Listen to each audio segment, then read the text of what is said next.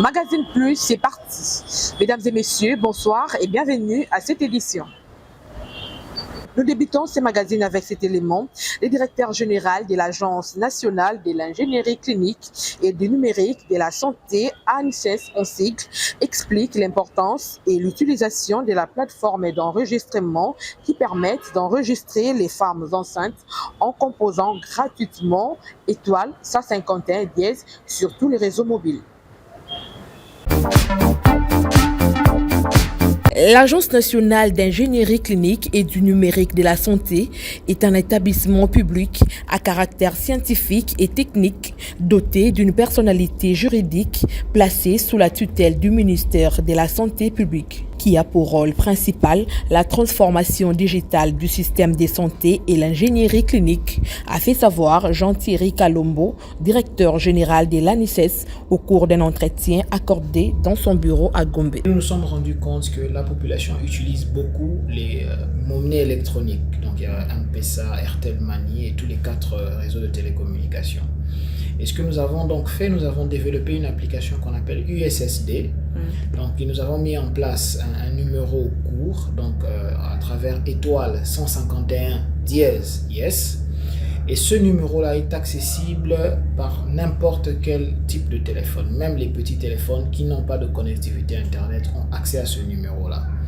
Et donc ce numéro court est accessible, permet aux femmes enceintes de suivre des instructions et de s'enregistrer, de s'inscrire au programme. Et en renseignant bien sûr leur nom, poste-nom, prénom, adresse et certaines informations, quelques informations qui sont demandées. Et après cet enregistrement-là, chaque personne reçoit un numéro de référence qui est unique par SMS. Et c'est ce numéro-là qui sera maintenant présenté au niveau des établissements de soins de santé pour la prise en charge. Bien sûr que c'est un processus que nous venons à peine de lancer, mais nous pouvons déjà vous dire qu'il y a plus de 19 000 femmes enceintes qui sont déjà inscrites d'elles-mêmes dans la plateforme que nous avons développée. Bien sûr qu'il fallait s'assurer de mettre en place une plateforme qui, indépendamment de la connectivité Internet, de la disponibilité de la connectivité Internet, peut être utilisée par la population. C'est pourquoi nous avons fait le choix de l'application USSD. Mais au-delà de ça, il y a bien sûr toute l'identification biométrique des patients qui sera mise en place dans les prochaines semaines.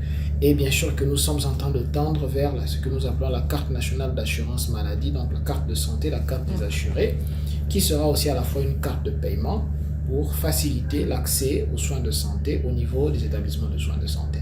En ce qui concerne l'évolution du programme d'enregistrement des femmes enceintes depuis son lancement, il renchérit. Son Excellence, Monsieur le ministre de la Santé publique, Hygiène et Prévention, dit souvent deux choses. La couverture santé universelle va s'asseoir sur 2 éléments essentiels. Le premier élément, c'est les relais communautaires. Et un travail est en train d'être fait au niveau du ministère de la Santé pour que les relais communautaires deviennent une profession à plein temps. Et donc, le système de santé va commencer à se baser sur les relais communautaires qui physiquement vont atteindre des personnes même qui vivent dans les milieux reculés. Mais deuxièmement, le système de couverture santé universelle va se baser aussi sur la digitalisation. Et cette digitalisation-là, nous en avons la responsabilité. Donc, quand je parle de nous, je parle de l'ANICNS, l'Agence du numérique d'ingénierie clinique et du numérique de la santé. Nous en avons la responsabilité. Et nous essayons de mettre en place des technologies qui sont facilement accessibles, quel que soit le coin.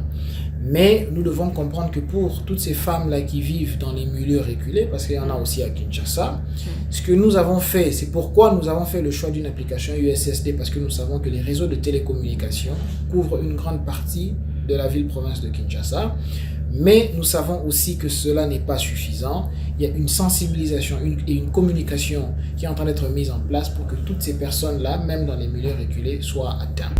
Rappelons que c'est depuis le 5 septembre 2023 que le chef de l'État, Félix-Antoine Tshisekedi Tshilombo, a fait le lancement officiel de la gratuité de la maternité et des soins du nouveau-né dans l'hôpital militaire du camp Tchatchi à Kinshasa.